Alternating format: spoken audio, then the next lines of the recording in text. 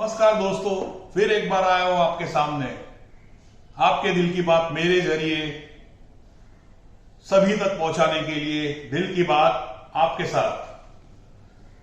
दोस्तों, आपको सभी को पता है कि जो मुंबई की लाइफ है हम कहते हैं वो रेलवे सिर्फ सरकारी अधिकारी, सरकारी कर्मचारी इनके लिए शुरू है। रीजन क्या है? तो रेलवे में कोरोना बढ़ रहा है, रेलवे में लोग बहुत आते हैं, उससे कोरोना बढ़ रहा है। दोस्तों, आपको लगता है कि रेलवे में जो जा रहे हैं लोग सिर्फ सरकारी अधिकारी हैं? कितने लोग डमी कार्ड बनाकर जा रहे हैं, ऐसे ही घुस के जा रहे हैं। कल मेरे एक दोस्त ने मुझे बताया कि एक रेलवे स्टेशन पर उसके रेलवे से उसको टिकट निकालना था। उसे टीसी से कहा, सर टिकट निकाल के दीजिए मुझे, और उसने 100 रुपया दिया। अंदर रिटर्न टिकट 40 या 50 रुपीज की रहेगी, वो निकाल के लाके दे दी और बाकी के 50 रुपए उसने रख दी। सोचिए आप दोस्तों। ठीक है, वो जो आदमी अनधिकृत जा रहे हैं वो भी क्या करेंगे सर? पापी पेट का सवाल है दोस्तों। ये सिचुएशन देखकर दोस्तों, हम जब स्कूल में थे तो मेरे स्कूल में गाना बजता, उघड़दार देवा आता उघड़दार देवा। मुझे ये गाना हमेशा ये रेलवे जो है सरकारी कर्मचारी के जब ये शुरू करते हैं, आज एक लास्ट 2 साल से बीच का पीरियड छोड़कर, तो मुझे लगता है कि मैं भी यही गाना हमारे माननीय मुख्यमंत्री जी के लिए गाऊं। उघड़ा रेलवे उद्धव जी आता उघड़ा रेलवे। क्योंकि हमारे लिए आज के वक्त ये जो लाइफ लाइन बंद है उससे क्या परिणाम हो रहे हैं जनसामान्य लोगों पर, ये सिर्फ हम लोग जानते हैं। आपने देखा होगा कल या परसों एक वीडियो फेसबुक पे और कई चैनलों पे दिखा रहा था, एक लड़का जिसका दूसरा दिन था, उसे रेल में पकड़ा गया। ठीक है, वो कोई मुद्दा को टिकट का हो या कुछ भी हो, वो फाइन भरने तैयार था, लेकिन उसका कहना था कि मैं 1.5 साल से आज मुझे जॉब नहीं है, दूसरा दिन है मुझे जॉब का और आज मैं पकड़ा गया। मेरे बैंक में सिर्फ 400 रुपया है, तो मैं कैसे जीऊं? मैं हमेशा दोस्तों यही कहता हूं कि सरकारी लोग या ये मंत्री लोग हमारे जनसामान्य लोगों की नहीं सुनते। आपको लगता है कि रेलवे में इनका कहना है कि रेलवे में जाकर कोरोना बढ़ता है, बस शुरू है, मेट्रो शुरू है। आज लोग कितने दिन घर पे रहेंगे?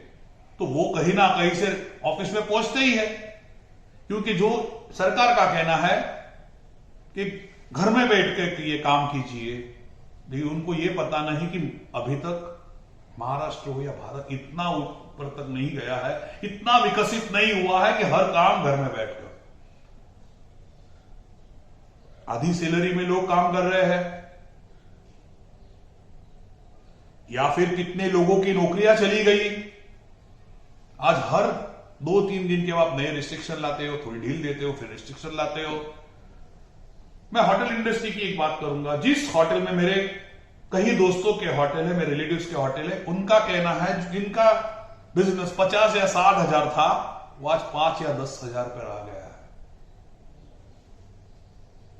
आज सोचिए, आपने सिर्फ पार्सल सेवा शुरू रखी है, तो नेचुरली लोग कितने लोगों को उन्होंने कम कर दिया होगा। ऐसी ही बेरोजगारी बढ़ती रहेगी। और आपके सरकारी कर्मचारी, हम मराठी में कहते हैं कि सरकारी कर्मचारी सरकारचा जावई, मतलब सरकार का जमाई। सरकारी कर्मचारी उनकी सेवा अत्यावश्यक है, बाकी जनसामान्य की सेवा अत्यावश्यक नहीं है, उनका पेट अत्यावश्यक नहीं है। सर जी, मैं मानता हूं आपने शुभ भोजन थाली रखी है, लेकिन कितने दिन तक जनसामान्य लोगों को, मिडिल क्लास लोगों को शिव थाली आप खिलाएंगे? क्या उनको सिर्फ यही खाना है? उनकी ईएमआई, घर की ईएमआई हो या और कोई ईएमआई हो, लाइट का बिल हो, ये कहां से भरेंगे? आज कितने युवकों को नौकरी से निकाला गया है। ये 2-3 महीने की बात नहीं है सर, लास्ट 2 साल से। मैं मानता हूं कि कोरोना बढ़ रहा है, आपकी 100% बात सही है, लेकिन सर आपने ही कहा था लस लेने से, सोशल डिस्टेंस से, और आप ये कोरोना कम हो रहा है, परसेंटेज में हमें दिख रहा है, फिर ये इतने रिस्ट्रिक्शन क्यों, और ये कब तक? सर आपके साथ जो आपके सलाहकार होंगे, मैं मानता हूं आईएएस ऑफिसर होंगे या और भी पढ़े लिखे होंगे, क्या ये आईएएस ऑफिसर कभी रेलवे के बाहर बैठने वाली, वो फूल बेचने वाली या और कोई कुछ बेचने वाला, उनकी जो दुर्दशा कहूं या फिर उनका जो दिल जलना, ये उन्होंने कभी देखा है? आज सुबह 10 से 4 बजे तक मास्क लगा के वो बैठी और थोड़ा सा मास्क श्वास घुटने से अगर मास्क को नीचे लेती है तो आपका आदमी आके तुरंत फाइन मार देता है। तो ये सब, ये आईएएस ऑफिसर हो या और इतने बड़े पढ़े लिखे हो, इनको इनकी ये दुर्दशा कहो या ये उनका दुख समझ में नहीं आएगा। सर आप उस महान नेता के बेटे हो, हृदय सम्राट माननीय बाळासाहेब के बेटे हो, जिनका कहना था पहिला माझा मराठी माणूस, पहिले मारे महाराष्ट्रीयन लोक, त्याच्यानंतर सर्व। तर आज अगर हीच लोक जगली नाहीत तर साहेब काय फायदा?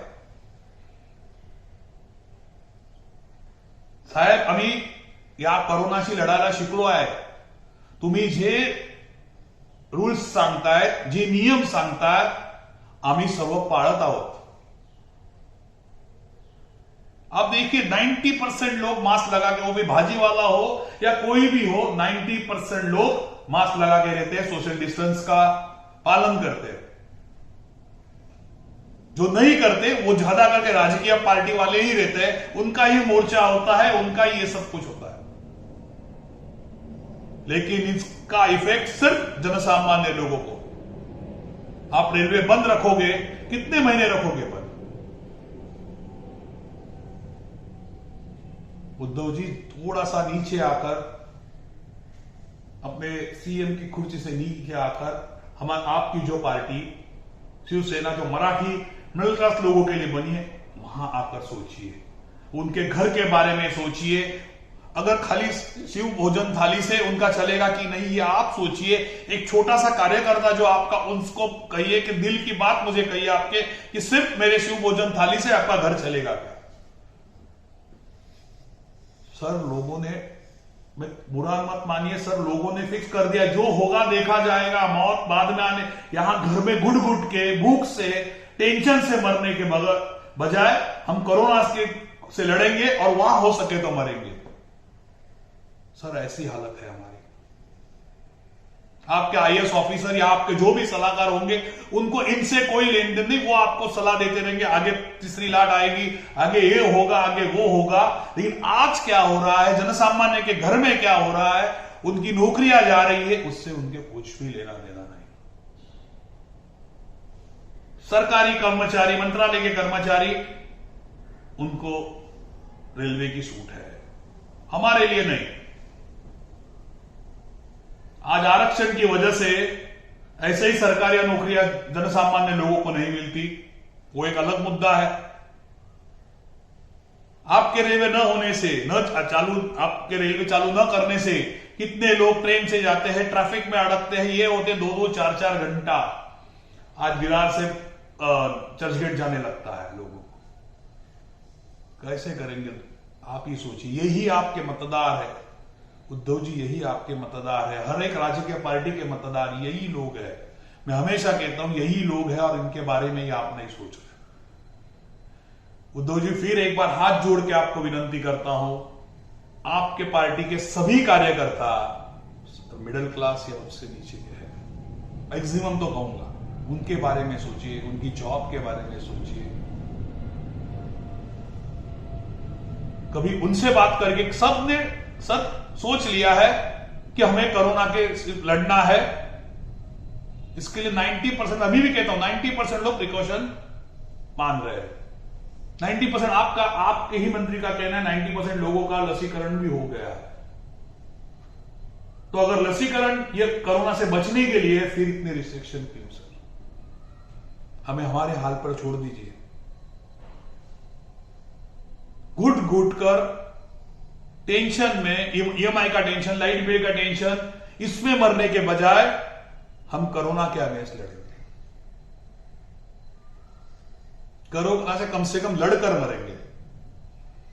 बस दोस्तों, और एक बात कहता हूं, मेरा ये वीडियो कई लोगों को पसंद आता है, कई लोगों इसके अगेंस्ट होते हैं, आप कमेंट्स में देते हैं।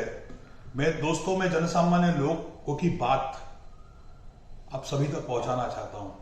इसमें मेरा कोई राजकीय हेतु नहीं है। आज एक व्यक्ति का कमेंट आया था लास्ट वीडियो पर, मैं उस भाई साहब से कहना चाहता हूं, वो शायद हमारे स्कूल में था। उन्होंने मुझे कमेंट में लिखा था की तुम्ही गरिबांबद्दल बोलता, पण हातात तुमचा 1.5 तोल्याचा सोन्याचा कडा आहे। मैं उनको कहना चाहता हूं, मित्र, तू ज्या शाळेत शिकला त्याच शाळेत मी पण शिकलो आहे, आणि लक्षात ठेव, हे मेहनतीचं आहे, कुठल्याही राजकीय पार्टी अथवा कुठून संस्थेकडून आलेलं नाहीये। तो आप जब कमेंट देते हो तो सोच कर दीजिए, जिस मुद्दे पर हम बोल रहे हैं, उस मुद्दा अगर गलत है तो उस पर आप कमेंट दीजिए, न कि पर्सनल बातों पर। बस दोस्तों, मेरी हमेशा की तरह यही कोशिश होती है कि जनसामान्य का प्रश्न आप तक पहुंचा और आपके जरिए कोई मंत्री या अधिकारी तक जाए। उद्धव जी अगर, या मेरे सभी शिवसैनिक दोस्तों, अगर मैं कुछ ज्यादा बोल चुका हूं तो माफ करिए। बस आज के लिए इतना ही। मिलेंगे अगले गुरुवार कोई नया सत्र लेके। Thank you.